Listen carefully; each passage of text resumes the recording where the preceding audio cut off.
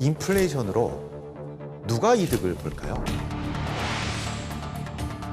정부가 국민한테 일종의 인플레이션 세금을 부과했다고. 실질적으로 인플레이션은 세금이었다. 그것도 우리가 인식하지 못한 상태였습니다.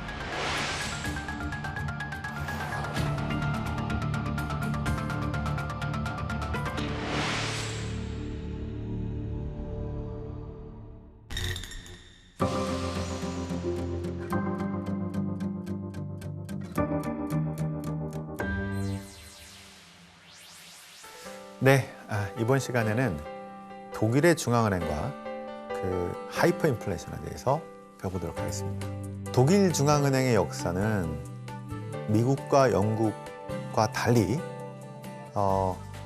독일 국왕의 실은 이 재무를 담당했던 은행에서 출발한 실은 출발 자체가 영국, 미국식과는 완전히 다릅니다. 1875년 독일의 통일과 함께 프로이센의 중앙은행이었고 왕의 은행이었죠. 라이스방크가 은행법 제정과 함께 독일 전체의 중앙은행이 되면서 실은 시작이 됐습니다. 통일 독일 제국의 중앙은행으로서 이 라이스방크는 1945년에 제2차 세계대전 끝날 때까지 마르크 통화 가치를 유지하고 정부 채권 인수하고 어음 할인과 재할인 등으로 이 시중은행의 유동성을 공급하는 이런 역할들을 해왔습니다.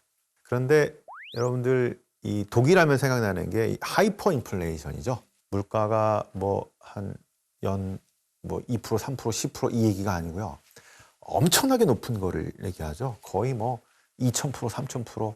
요즘 베네수엘라 뭐 이런 데 보면은 거의 뭐 몇만 프로.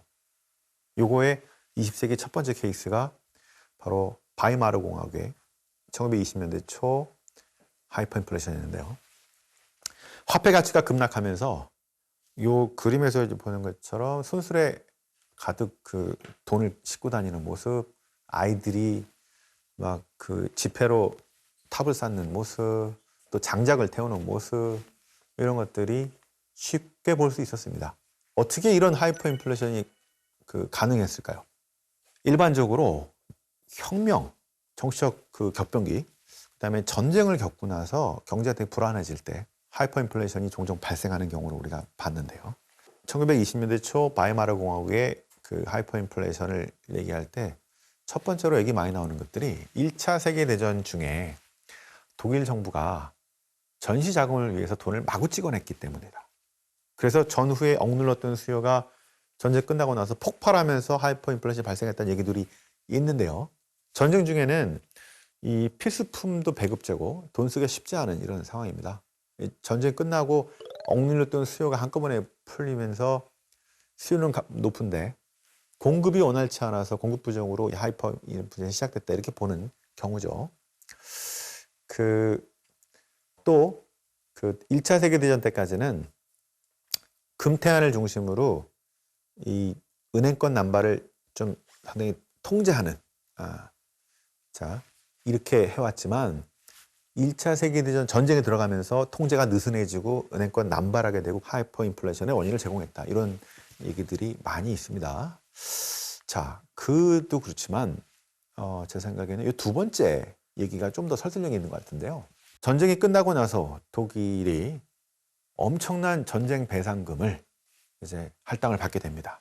바로 이게 하이퍼 인플레이션의 불길을 당겼다라고 보는 견해가 훨씬 설득력이 있어 보이는데요. 전쟁에서 승리한 영국, 프랑스, 미국 등의 연합국들이 1919년 1월에 파리 강화회의라는 데서 독일한테 1320억 금화 마르크, 오늘날 한 4천억 달러 수준이라고 하네요.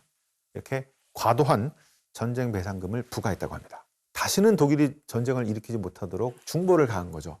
그래서 독일 정부는 1921년부터 연간 20억 마르크씩 66년 동안 연합국에 지급하기로 합의를 했다고 합니다. 1차 세계대전이 끝나고 이제 공화국으로 탄생한 바이마르 공화국에서는 가혹한 전쟁 배상금을 갚아야 되는데요.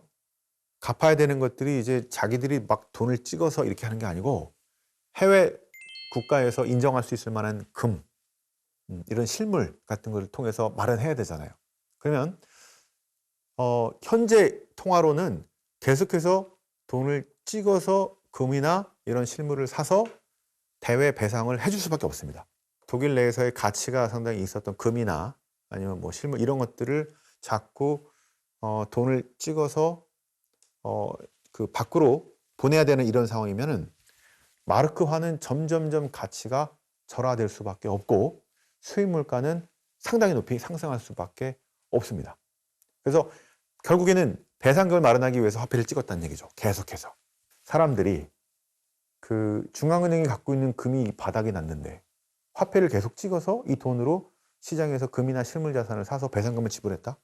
사람들이 점점점 이 정부가 화폐를 계속 마구마구 찍어내고 있다는 거를 눈치를 챘고 사람들이 이제 마르크를 던져버리고 달러나 파운드로 환전을 해서 갖고 있거나 아니면 금을 갖고 있거나 실물을 갖고 있거나 이렇게 바뀐 겁니다.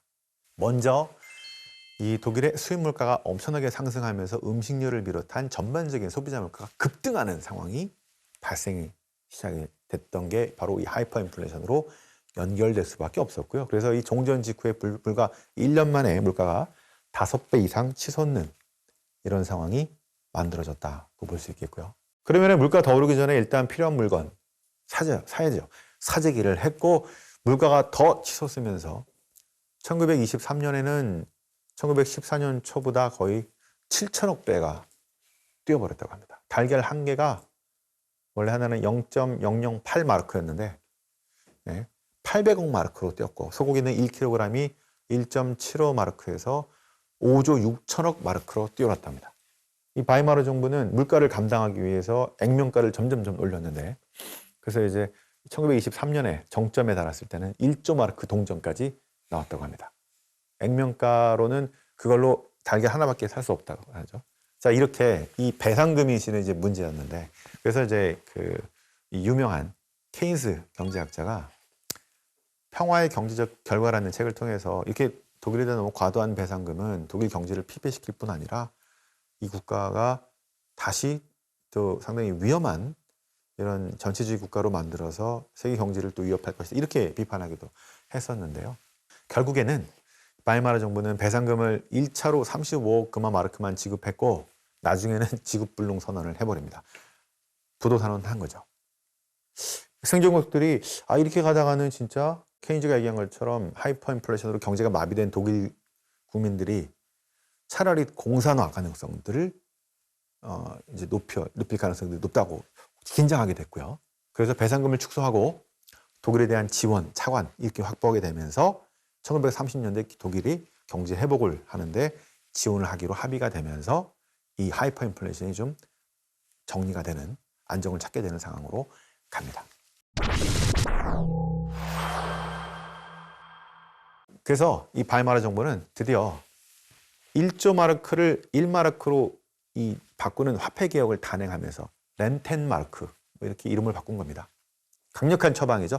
하이퍼 인플레이션이 보통 잡히기 시작합니다. 자, 이런 식으로 화폐 가치에 대한 시장의 신뢰가 회복되면서 1920년대 중반 이후에 독일 경제가 서서히 회복하게 되는데요. 독일이 실제적으로 금과 은을 거의 보유하지 못한 상태에서 이런 회복을 하는 데서는 아까 배상금을 축소시켜주고 그 당시에 탄탄한 경제를 갖고 있었던 미국의 어떤 차관 지원 이런 것들이 상당히 중요한 역할을 했다고 볼 수 있겠고요. 그리고 또 이 렌텐마르크는 라이스마르크라는 것으로 다시 한번 바뀌게 되면서 본격적인 경제 회복이 시작이 됩니다. 이때 독일의 중앙은행 총재가 알마르 샤우트라고 하는 사람이 이제 나타나기 시작하는데요. 이 사람이 상당히 뛰어난 중앙은행장이었는데 새로운 배상 협약인 도스안과 함께 독일의 이 재정 상태에 이제 숨통을 튀게 만들 정도로 이 중앙은행을 통해서 통화 정책을 상당히 잘했다라고 우리가 판단하고 있는데요. 독일이 새로운 방식의 이제 경제 프로그램을 이제 시작하게 되는데요. 그 이론적 배경을 제공했던 사람이 게오르그 크나프라는 사람입니다. 화폐는 법의 산물이다. 게오르그 크나프의 화폐 국정론이라는 겁니다. 국가가 정한다는 거죠. 그냥 종이 쪼가리도 국가가 정해서 세금을 이걸로 내게 되면 결국 집회에 권위를 부여했던 거는 정부였죠. 국가였죠. 그래서 그 얘기를 이론을 한 겁니다. 독일이 1930년대 이 대공황 전후에 빠르게 성장할 수 있게 되는 근본 의제에서 재빨리 이탈을 하고 금리 인하하고 독자적인 재정 정책을 투입해서 정부가 찍은 채권을 중앙은행에 사주게 되는 이런 아이디어를 실은 내는데 아주 중요한 이론적 기반을 역할을 했고 그 실행했던 사람이 바로 알마르 샤우트 총재를 중심으로 한 이런 독일의 중앙은행과 독일의 경제팀이었다. 이렇게 볼 수가 있을 것 같습니다. 알마르 샤우트의 독일의 연방준비은행은 그래서 이 30년대 독일의 경제 성장에 아주 중요한 핵심적인 동력을 제공했다는 평가를 받고 있고요. 게오르 크나프와 알마르 샤우트의 이 경제 정책은 대규모 경기 부양에 필요한 자금을 중앙은행의 그 정부 채권 매입을 통해서 공급하는, 실은 최근에 이 금융위기 이후에 또 코로나 사태 이후에 양적 완화, 무제한 양적 완화 이런 것들의 이론적인 기반도 실은 같은 맥락에서 나올 정도로 아주 참신하면서 신선한 이런 보통 경제학의 통념을 뛰어넘는 것이기도 했습니다. 이 생각들은 그 1930년대 일본에도 영향을 많이 미치는데요. 그 일본의 다카하시 고레키오의 그 헬리콥터 머니 정책, 그때도 양적 완화 정책 비슷한 걸 했고요. 이때 일본에서는 재정과 금융을 동원해서 경기 부양책을 시도했는데 일본은 좀 더 적극적으로 중앙은행이 채권 시장에서 채권을 직접 하는 이런 것들을 엄청나게 늘리면서 재정 정책을 확대했고 나중에 총동원 정책으로 가게 되면서 역시 일본의 화폐도 아주 박살이 나는 상황에 가긴 했습니다만, 그래서 우리가 최근에 그 현대 화폐 이론에서 그동안 금기시되었던 중앙은행이 정부가 발행한 이런 채권을 이제 매입하는 이런 것들을 금기시했던 데서 좀 벗어나서 유사시에 경제 침체됐을 거나 전염병이라는 아주 큰 위기가 발생했을 때 이렇게 하는 그 아이디어를 1930년대에 바로 이런 정책에서 꺼내올 수 있는데요. 1930년대의 케이스에서 이 현대화폐 이론의 어떤 향후 무리하게 했을 때의 어떤 아이디어를 차용해 볼 수도 있지 않을까라고 생각해 볼 수 있을 것 같습니다. 그런데 이제 1945년 이제 독일이 2차 세계대전에서 패망을 이제 독일이 하고 나서는 왜 1920년대 바이마르처럼 똑같은 하이퍼 인플레이션이 없었을까? 물론 45년에도 그 인플레이션이 있었습니다. 네.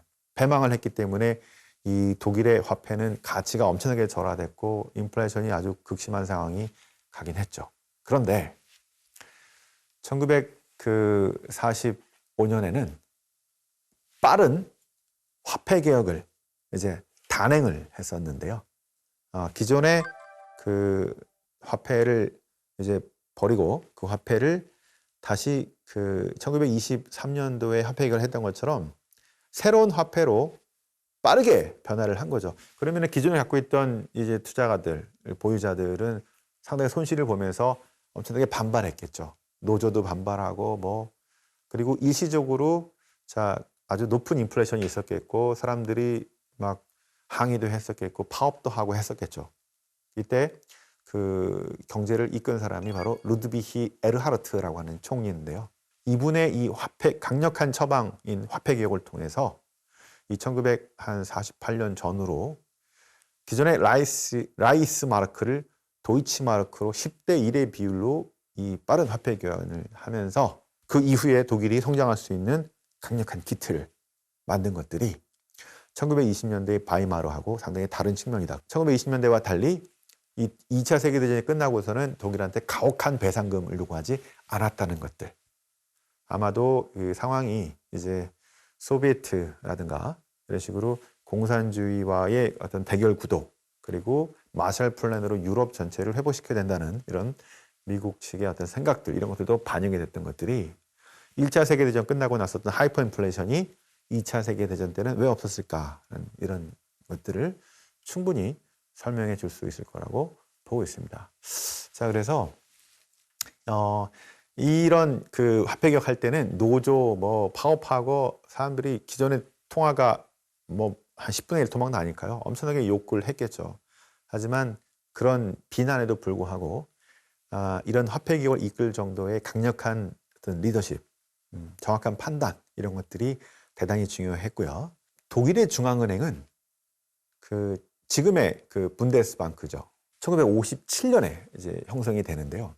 1945년 이후는 기존의 중앙은행 라이스방크가 중지되고 지방 분권적인 란더방크가 중앙은행 역할을 하고 있다가 1957년에 바로 분데스방크가 설립되면서 지금까지 이 독일 은행의 전통을 만들어 왔는데요.